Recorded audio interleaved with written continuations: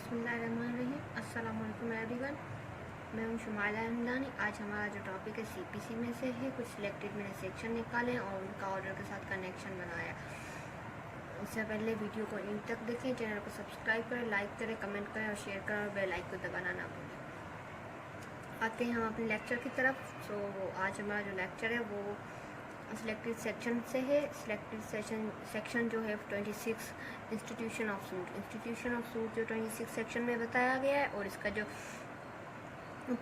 जो ऑर्डर है वो इसका जो ऑर्डर है जहाँ पे इंस्टीट्यूशन ऑफ सूट बताया गया है ऑर्डर 4 में बताया गया, उसमें सेम प्रोसीजर बताया गया। और इंस्टीट्यूशंस ऑफ सूट, जैसे कि हमें पता है सूट जो इंस्टीट्यूट होता है वो प्लांट से होता है। ये प्लांट जो हमें बताई गई वो हमारे ऑर्डर 7 में बताई गई। वहाँ पे पूरा प्रोसीजर बताया गया कि नेम प्लांट जो होगी वो प्लांटिव फाइल करेगा और वो पार्टीज के नाम बताएगा, प्लेस बताएगा, प्रॉपर्टी कॉन्स्टिट्यूट है वो बताएगा, कॉज ऑफ एक्शन, हर चीज़ वहाँ पे मैनर जो है प्रिस्क्राइब किए गए हैं।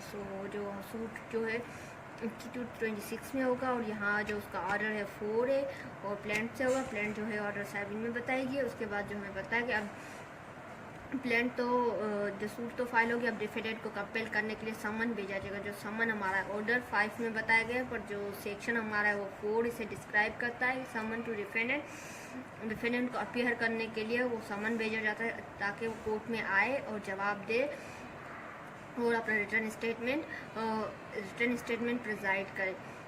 समटाइम हमारे माइंड में क्वेश्चन आता है, अगर डिफेंडेंट दूसरे किसी प्रोविंस में रहता है तो उसे डील करने के लिए हमारा सेक्शन जो है 28 डील करता है। वो बताता है अगर जो डिफेंडेंट है वो किसी और प्रोविंस में रेजिडेंस है और कहता है तो इस सिचुएशन में समन जो है वहाँ की कोर्ट को भेजा जाएगा और डायरेक्शन दी जाएगी। और इस सिचुएशन में अगर हम सोचते हैं अगर वो यहाँ हमारे कंट्री में ही ना हो तो इस सिचुएशन में जो सामान है वो फॉरेन सर्विस भी होती है। वो 29 में बताया गया, 29 सेक्शन में बताया गया कि वहाँ की कोर्ट को कंपेल किया जाएगा कि वहाँ की कोर्ट को डायरेक्शन दी जाएगी कि डिफेंडेंट तक सामान पहुँचाया जाए और डिफेंडेंट को कंपेल किया जाए। समन तो हो गया। समन के बाद जो कोर्ट में अगर अब समन के बाद क्या होता है, समन के बाद अब कोर्ट में कौन डिफेंडेंट अपीयर हो गया, डिफेंडेंट रिटर्न स्टेटमेंट फाइल कर दी। अब क्या होगा, ऑर्डर फॉर डिस्कवरी। जो ऑर्डर फॉर डिस्कवरी का सेक्शन हमें 30 बताया गया, पर हमारा जो इसका ऑर्डर है वो 11 में बताया गया। ऑर्डर फॉर डिस्कवरी में क्या चीज़ें आएंगी, कोर्ट में any time on motion on the application of any party को, किसी भी पार्टी को वो क्या कर सकती है, ऑर्डर दे सकती है डिस्कवरी के लिए। जैसे कि डिस्कवरी में मैंने थोड़ी सी चीज़ें डिटरमाइन की हैं, उसे डिटरमाइन करके आपके लिए इजी टू अंडरस्टैंड करने के लिए मैंने निकाली हैं। जैसे एडमिशन ऑफ डॉक्यूमेंट्स हो गया, फैक्ट्स हो गया, डिस्कवरी ऑफ फैक्ट्स हो गए, इंस्पेक्शन ऑफ प्रोडक्शन और produce of evidence documents, it's all over जो है ये डिस्कवरी में वो फॉल करेंगी। इस सेक्शन में हमें बताया गया, पर इसका जो तरीका पूरा है हमारे जो ऑर्डर 11 में पूरी तरह से बताया गया है।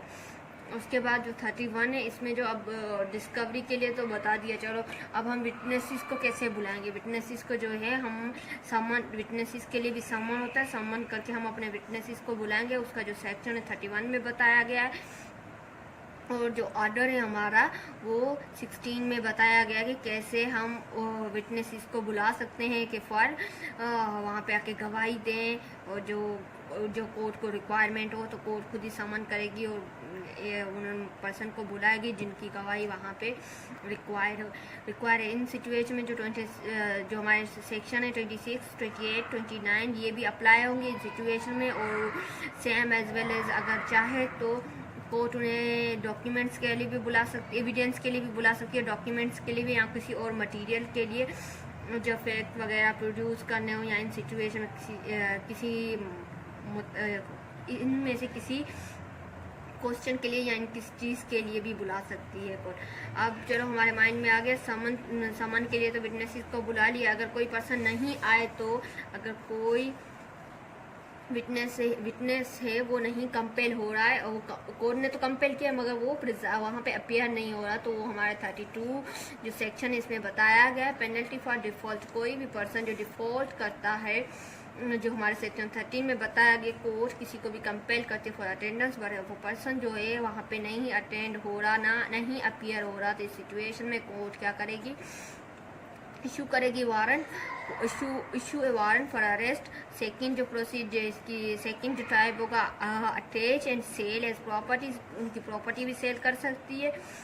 और थर्ड जो है issue impose a fine upon him not exceeding जो 2000 रुपीज़ होगी।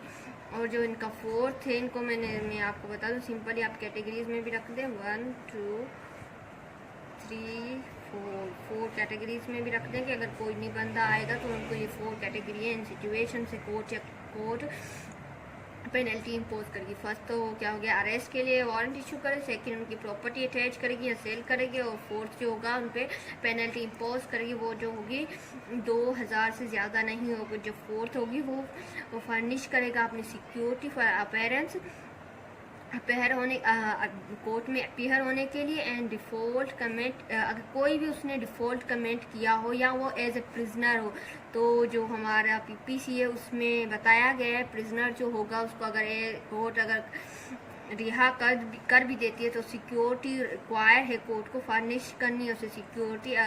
इस सिचुएशन में क्या वो फर्निश करेगा सिक्योरिटी, उसके बाद ही उसे उस प्रिजनर को क्या रिहा किया जाता है। ये हमारे इसका CRPC का है प्रोसीजर। अगर कोई बंदा का ऑफेंस कमेंट करता है इस सिचुएशन में जिसमें उसे सिक्योरिटी पे हम रिहा कर सकते हैं, तो उसके बाद जो है हमारा 33 जो है वो जजमेंट और ऑर्डर है। जजमेंट और ऑर्डर का जो जजमेंट और ऑर्डर जो सेक्शन है ये हमारा 33, ये जजमेंट और ऑर्डर पे जब कोर्ट पूरी हायरिंग सुनेगी, केस पूरा सुनने के बाद कोर्ट क्या करेगी, प्रनाउंस करेगी जजमेंट और जजमेंट देगी, और जजमेंट जो होगी वो फाइनलाइज होने के बाद वो जो है decree, judgement and decree, judgement और डिक्री जो है फाइनलाइज होने के बाद, फॉर एग्जांपल जजमेंट जो होती है वो डिटेल में होती है, जो हमारी डिक्री होती है वो कंसाइज फॉर्म में होती है, और वो जो पूरी चीज़ को कंसाइज करके वो डिक्री जो होती है पास होती है कोर्ट में। इसका जो प्रॉपर ऑर्डर है जो हमारा वो 20 है।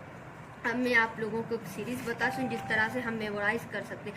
सेक्शन 26 में जो है हम इंस्टीट्यूशन ऑफ सूट होगा जिसमें हमारा ऑर्डर 4 फॉल करेगा, और हम उसमें जो है ऑर्डर 4 में हम क्या इंस्टीट्यूट ऑफ सूट करेंगे थ्रू आउट द प्लेंट। तो प्लेंट है हमारे ऑर्डर 7 में बताया गया। उसके बाद जो समन होगा डिफेंडेंट को, समन डिफेंडेंट को जो है ऑर्डर 5 में बोला गया। अगर इसके ऑर्डर 5 में बताया गया समन करेंगे डिफेंडेंट को, तो समन के थ्रू डिफेंडेंट अपीयर होगा और अपना रिटर्न स्टेटमेंट वहाँ पे कोर्ट में सबमिट करेगा जो हमारे ऑर्डर 8 में बताया गया है। उसके बाद डिस्कवरी होगी, discovery of documents, discovery of admission of documents होगी, फैक्ट्स की होगी, इंस्पेक्शन की होगी, वो हमारे ऑर्डर 11 में बताया गया। उसके बाद जो विटनेसेस को भी कंपेल किया जाएगा वो हमारे ऑर्डर 16 में बताया गया।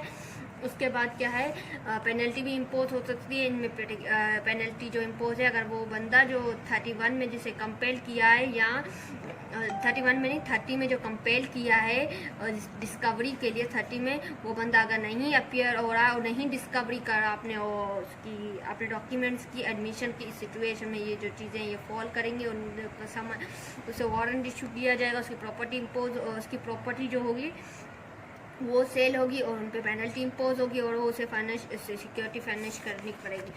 और अगर ये सब चीज़ें हो जाती हैं, फॉर एग्जांपल अगर वो बंदा आ भी गया, उसने सूट भी सबमिट सूट भी इंस्टीट्यूट हो गया, बंदा भी अटेंडेंस हो गई, उसने रिटर्न स्टेटमेंट भी फाइल कर दी, उसके बाद क्या हुआ, उसने डिस्कवरी भी कर ली है, उसके जो विटनेसेस हैं वो भी कंपेल हो गए, वहाँ पे कोर्ट में आ गए। उसके बाद क्या होगा, कोर्ट सारी चीज़ें देखने के बाद क्या जजमेंट और डिक्री जो होगी वो अनाउंस करेगी, वो हमारी वो 33 सेक्शन में बताई गई है, और जो इसका ऑर्डर है वो है 20। Thank you so much for watching this video. Then subscribe my channel and comment, share and comment, share. Thank you so much.